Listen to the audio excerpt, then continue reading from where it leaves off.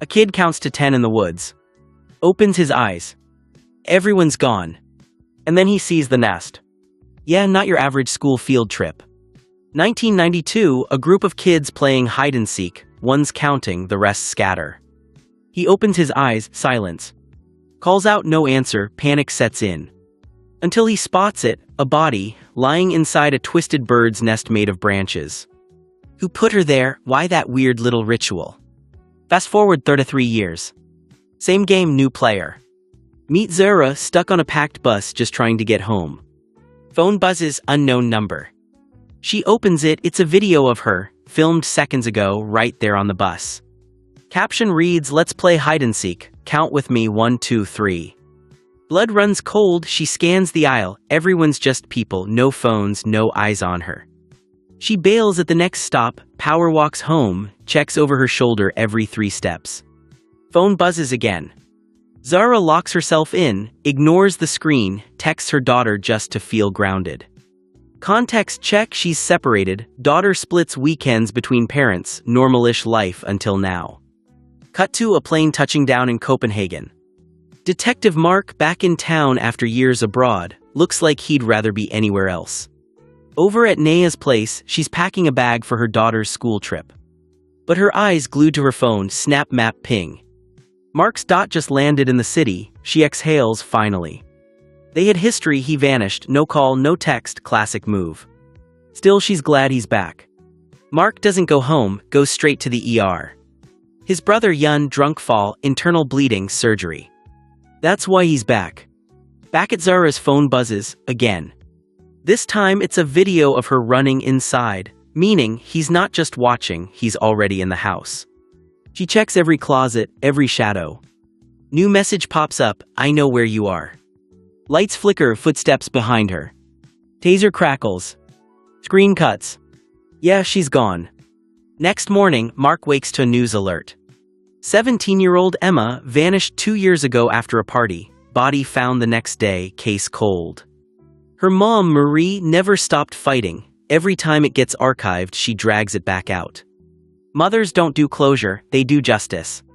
Naya's already at Zara's house. Colleague Sandra shows up. 12 hours missing, don't we usually wait before panicking? Naya shuts it down, she's supposed to be home waiting for her kid, that's not normal. Rumors already circulating, Zara split from her husband 8 months ago, he cheated, drama follows drama. Zara's daughter drops a detail that chills the room. Someone was in here with mom, the kitchen was clean, mom never cleans, I always did. Naya bags the iPad, notes Zara's phone is missing. Cut to a support group, Marie sits with other grieving parents. She's physically there, mentally, waiting on a prosecutor's call, will they reopen Emma's case? Call comes, answers no. She steps out, shoulders drop, her friend's sign catches her, pulls her in. Some wounds don't heal, they just wait. Back at the station, Naya scrolls through Zara's threat messages. This isn't new, Zara changed numbers, he always found her again. Sandra traces the sender, plot twist, same number tied to Emma's case 2 years back. Same creepy countdown, same psychological game. Naya pushes hard to merge the files. If this is the same guy, they're not looking at a fluke, they're looking at a serial. And yes, Zara's alive. Tied to a chair, hands feet bound, facing a window. She can see her own house, because she's being held in the building across the street. He doesn't just want her scared, he wants her to watch, that's next level cruel. Naya briefs the department head, same officer who buried Emma's file. Explains the link, the boss hesitates. What connects a 17-year-old and a 40-year-old, why target both? Good question, 0 answers yet, only fact both were stalked, both got the countdown. Boss reluctantly greenlights a task force, first order, find Zara before time runs out. Outside, Mark catches up to Naya, tries to open up, asks about her kid, wants to explain the sudden exit years ago. Her response, you're a little late for that. She walks off, he takes it, oof. Back at the hotel, Mark's unpacking, door knocks. Lee, Naya's daughter, steps in, you're back and what's with the bird training it? He explains it's his brother's, temporary stay. Lee hands him a wrapped box, birthday gift from before he left, never got to give it. He apologizes, says the sudden trip wasn't about her, just work complications. Phone rings, she leaves, but the message is clear, she's just happy he's here. Next day, Naya returns to Zara's house, team's frustrated, dead end. Then a message Zara supposedly sent her ex, spontaneous Paris trip, that's why I vanished. They verify the booking, real ticket, real name, case closed. Wrong. Because Zara's still watching through the glass as they pack up and leave her behind. Mark pulls Emma's files, about to dig in when a call comes, case officially closed. But as he flips through a case note, something catches his eye. Emma's threats contain the same countdown song, hide-and-seek rhythm. Same tune, same killer, not a coincidence. He calls Naya, no hesitation, they're back at Zara's place. Spot the abandoned building across the street, sweep it. There it is, empty chair, facing the window, blood around the legs. Proof she was held here, forced to watch her own life unravel. Later that afternoon, they find her body in the garden next door. Placed inside another twisted branch nest. Killer doesn't waste time, next up Andreas. Married, newborn twins, regular guy trying to survive fatherhood. Phone buzzes, video of him holding his son in the garden, filmed minutes ago. He loses it, runs outside, yelling, "Is that you again, Sophie? Can't you just leave me alone?" Wife tries to calm him, "You're overthinking, come inside." Before he moves, another text, "How about you stay put and play hide-and-seek until your son falls asleep?" Turns out Sophie's his ex-wife, he's convinced she's behind it, watching him, punishing him. Next morning, Naya drops Lee at school, Mark's waiting. "What are you doing here?" "Just a coincidence." She knows better, he's following her, and he's got a pitch, "Your partner's green, I've got experience, let me in." She declines, not ready to work with him after the ghosting.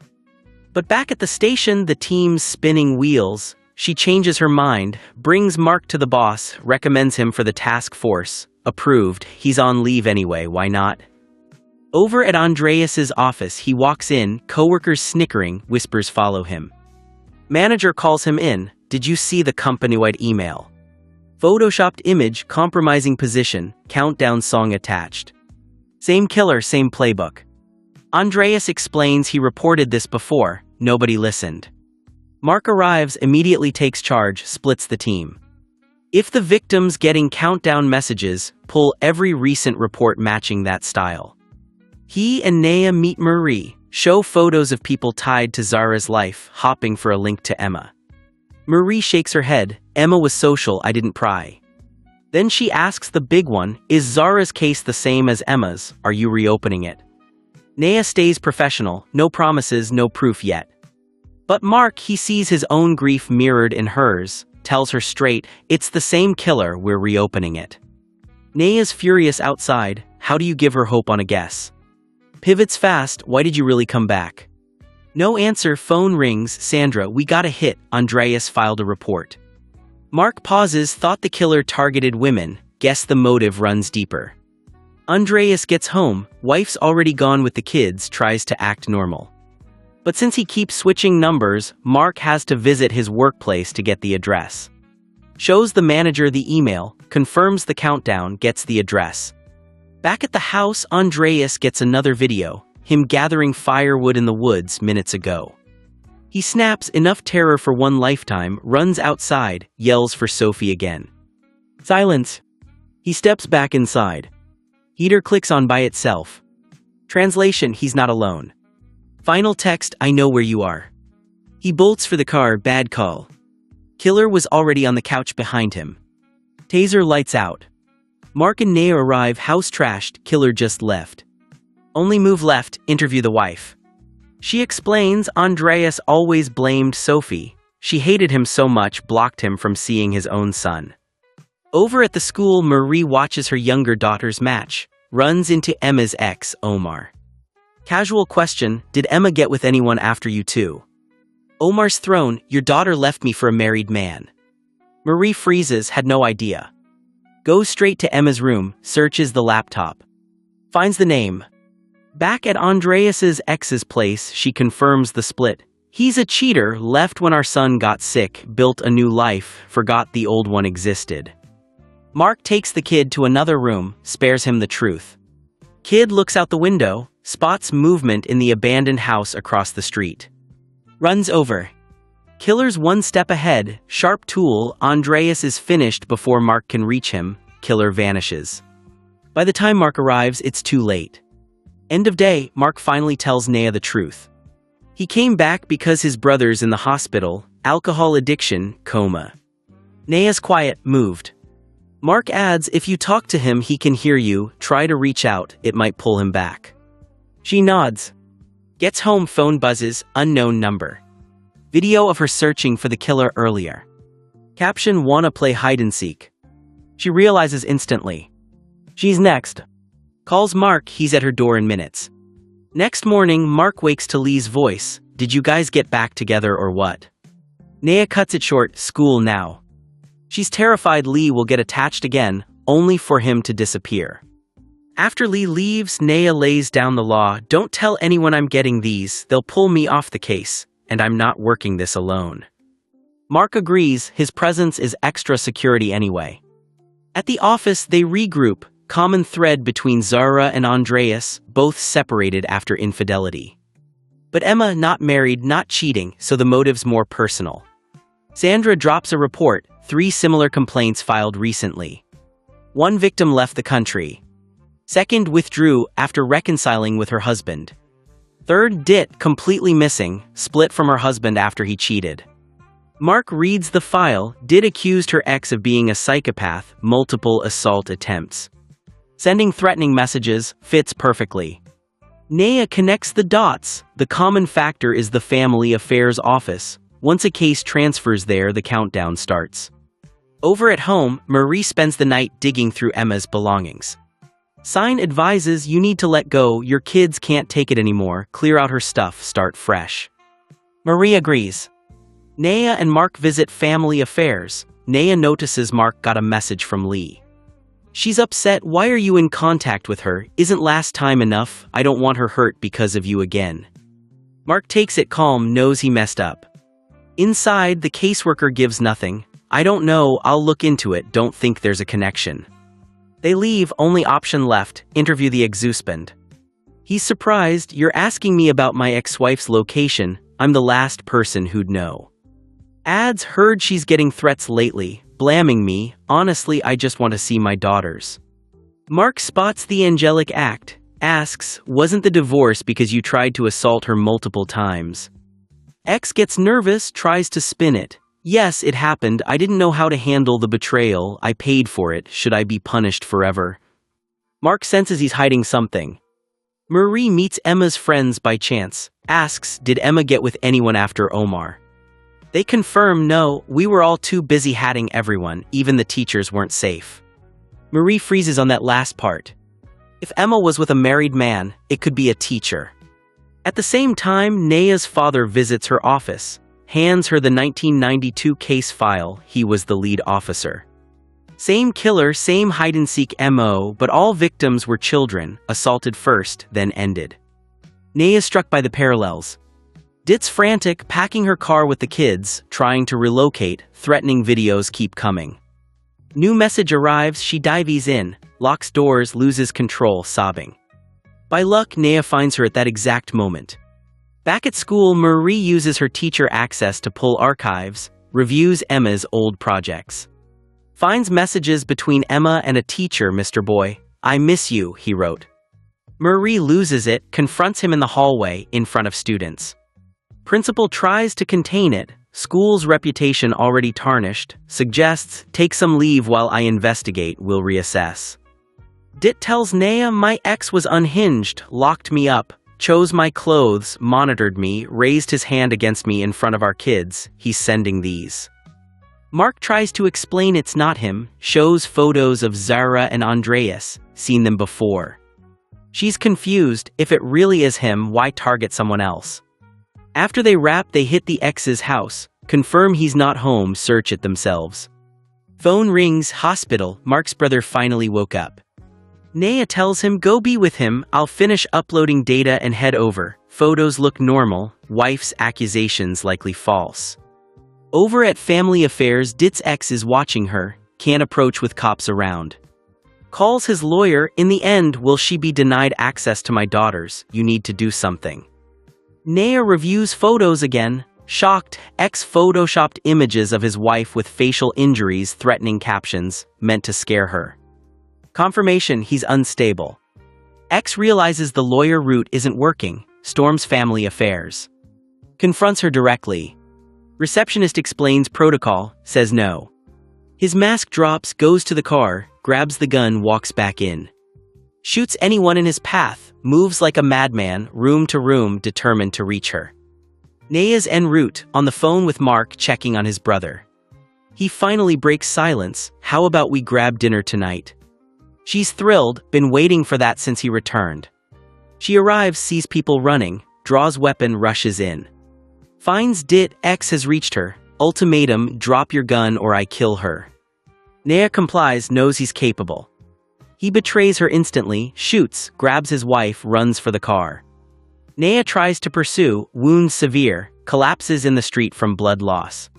Mark arrives, hears the count, 3 officers down, Noir's one of them. Lifts the sheet, sees her face. Can't process it, failed to protect her, lost her before he could ever make things right. He doesn't say a word, just stares, then his jaw tightens, that's it, the switch flips. No more grief, just a quiet promise he's ending this, whatever it takes. Sandra interrogates Dit's friend, hopes for a memory, a hideout. Friend mentions Hotel Brasto, they held their wedding there, abandoned now. Sure enough, we see Dit and her ex, both tied to chairs. She's pleading, let's go back to how we were, think of our daughters, do you want them to lose everything in an instant? Strangely, her words cool him down, he agrees to start fresh. She seizes the calm, let me go to the kitchen, make us some coffee, plans to escape. Doesn't make it, power cuts, countdown song starts playing. Police arrive at the hotel, find Dit and her ex dead, brutal, half their heads missing. Since they're the only ones there, case closes, murder-suicide, he killed her then himself. Noir's dad goes to the school, tells Lee about her mother. News destroys her, sprints from the car, runs to the hospital, needs to see her mom herself. Mark stands before Noir's body, unable to process the finality, lost her forever. Next day, Marie goes to the school with sign, expects suspension, finds out the truth instead. Principal, Mr. Boy did have a relationship with a student, terminated, but he has an alibi for Emma's incident, placed on leave, will return. Sign enters with news. Report says the man who killed his wife is the same killer who took Emma. Team's convinced Dit's ex was the killer, case closed. Everyone except Mark. He explains he lost control, stormed an office, killed everyone, opposite of our killer's MO, ours plans every step, huge difference in mindset. Department head ignores it, satisfied it's over, sees Mark's persistence as grief-fueled obsession. Tells him, all I need is for you to pack Noir's desk and take it home. While packing, Mark finds the 1992 case file, opens it, notices the terrifying parallels, takes it with him. Calls Sandra. Noir requested 1992 interrogation tapes. Can you pull them? They're crucial. Back at the hotel, finds Lee waiting, broken. I don't want to live with my grandfather, aren't you staying here? Mark feels the weight, too heavy, deflects, you need real family right now. End of day, back at the office, reviews photos of Dit's ex, notices back of his head is missing, how could he do that to himself? Calls medical examiner, any chance a third person was present? Examiner gets nervous, hints it's possible. Mark reviews exterior CCTV, notices, the moment Dit's ex drives off, a second car follows immediately, only tires visible. Visits hotel storage, checks for prints, nothing useful hotel obviously. But luck strikes, storage unit has security cameras, grabs photo of the second car, sends to Sandra. She replies, same color, image isn't clear though. He asks her to track movements, small chance but it's something. Returns to office for tapes, finds department head waiting. What are you doing here? Didn't I tell you to take leave? Mark snaps, killer's still out there, planning the next move right now. Sandra interrupts, we found Dit's ex worked as a coach at Emma's school, that's enough. Mark insists it's coincidence, realizes it's pointless, leaves. At that moment, Marie gets a call from headquarters, the man who killed his wife is the same person who killed your daughter." She collapses, tears, can't believe justice finally arrived. And at that exact moment, someone watches her from a distance. She might be next. Mark goes home, plays the 1992 interrogation tape. Officer asks, "Why were you doing this to children?" Killer rambles obsessively about birds. Sandra walks in, hands him a PlayStation. "Helped me get through losing my dad, figured you could use it." Notices the tape, he explains, "Eistel, married, unfaithful, driver, 41, arrested for killing 3 kids, last one dumped in a swamp." Sandra's confused, how does that connect to our case? Miraculously, answer arrives instantly. On the tape, Eistel hums the hide-and-seek countdown. To confirm, they visit Naya's father, handled the 1992 case. Gets nothing, he barely remembers details. Only option, dig archives, pull every file. Over at therapy, Marie returns to her group. Case solved, time to move on, live normally with her kids. Back to Mark and Sandra, searching archives, discover Eistel had a secret den, hid the children there. Obsessed with birds, kept victims in iron cages, after death placed them in nests. Mark sees the photos, stunned, exact method used on Zara. Meaning current killer is either family or deeply inspired by Eistel. They request DNA comparison between Eistel and new victim evidence. Department head finds out they're investigating behind her back, furious, "How could you do this without me?" Mark lays out the details, psychological torture before the kill, both Eistel and current killer share it, Dit's ex, impulsive. Boss says, "Fine, if this is true, what's the motive, what connects them, who is he?" Mark has no answer, still speculation. Boss suspends him, confiscates badge, orders psych eval. Mark ignores it, walks out. Calls Sandra, "Let's hit the original crime scene, I need the teacher who reported it back then, you track new leads." Meets the teacher, learns, "Tia was in my class, hardworking, obedient. After the incident her mother changed her name, they moved away." As for Eistel personally, rumors he was part of a larger child exploitation network, pulled his strings, never confirmed. Teacher ends it, has class. Mark visits Tanj, Tia's closest friend. She explains, "We bonded over birds, after the case people thought I helped him, if you want truth I'll prove it." Hands him a file, years of research, confirms massive exploitation network existed, Eistel was just one operative. At Naya's funeral, Lee scans the crowd, looking for Mark, sure his presence would matter today. He shows up, stands at the door, can't face the reality of losing her, turns, leaves immediately. Marie clears out Emma's room, throws everything away, repaints walls. By chance, a small card falls from a book, "Always protect your success." She rushes to Emma's laptop, searches Rui. Finds an entry, August 24, babysitting job at Rui's, address listed. Proof she was with a married man. Marie goes to the address, circles the house, knocks, no answer. Phone rings, sign, "Where exactly are you?" Marie explains, "Came to verify myself." Sign advises, "Extremely dangerous, come home now, I'll meet you," then we call police. Back at the station, Sandra tells Mark, "DNA match between killer and Eistel. If it's not him, it's definitely his child." Marie returns home, opens laptop, continues research. Friend arrives, Marie reads aloud, "Born 1977, engineer, twin sons, wife's name, sign Mahler." Before she processes it, sign tasers her, lights out. Mark returns to the teacher, asks, "Sure you're not hiding anything about Tia?" Teacher confesses, "She was normal until the incident. That day we saw a bird discarding eggs outside the nest. Disturbing image. Why would a creature do that to its young?" After police found the body, Tia's reaction was strange, only cared about her forgotten bag. "When I went back for it, I found the nest bird on the ground, stick through its body. She did that." Realization hits, Tia is Sign. Sign takes Marie to her father's cabin. Marie wakes, hears Sign on phone, "No, haven't seen your mom since yesterday, job interview, so yeah." Hangs up, turns to Marie, "Never wanted it to come to this, enjoyed our time, considered you and your kids my new family, but you kept digging, searching for your daughter, discovered everything." Regret flashes, you need to be sure I didn't do this by choice. Your daughter destroyed my family, I had to end her.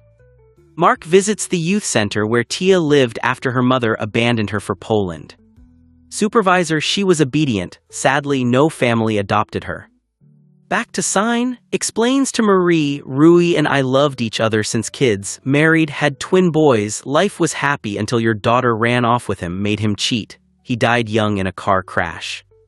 Stabs Marie with a pen, knocks her down, releases years of rage. Sandra calls Mark, her new name is Sign Mahler. Mark rushes to the cabin.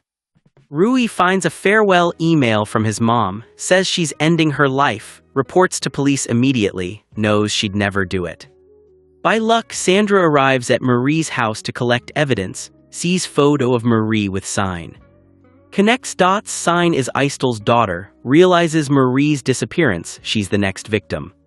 Sign brings a sharp tool, box of pills, offers Marie a choice, now you decide how your life ends, pick one. Removes tape from Marie's mouth. Marie tries, I'm your only friend, without me you'll be alone again. Sign surprised, alone, my kids are here, they'll live with me. Grabs Marie's arm to finish her outside in the garden. Door knocks. Sign opens it, Mark stands there, I'm a detective passing by investigating a case.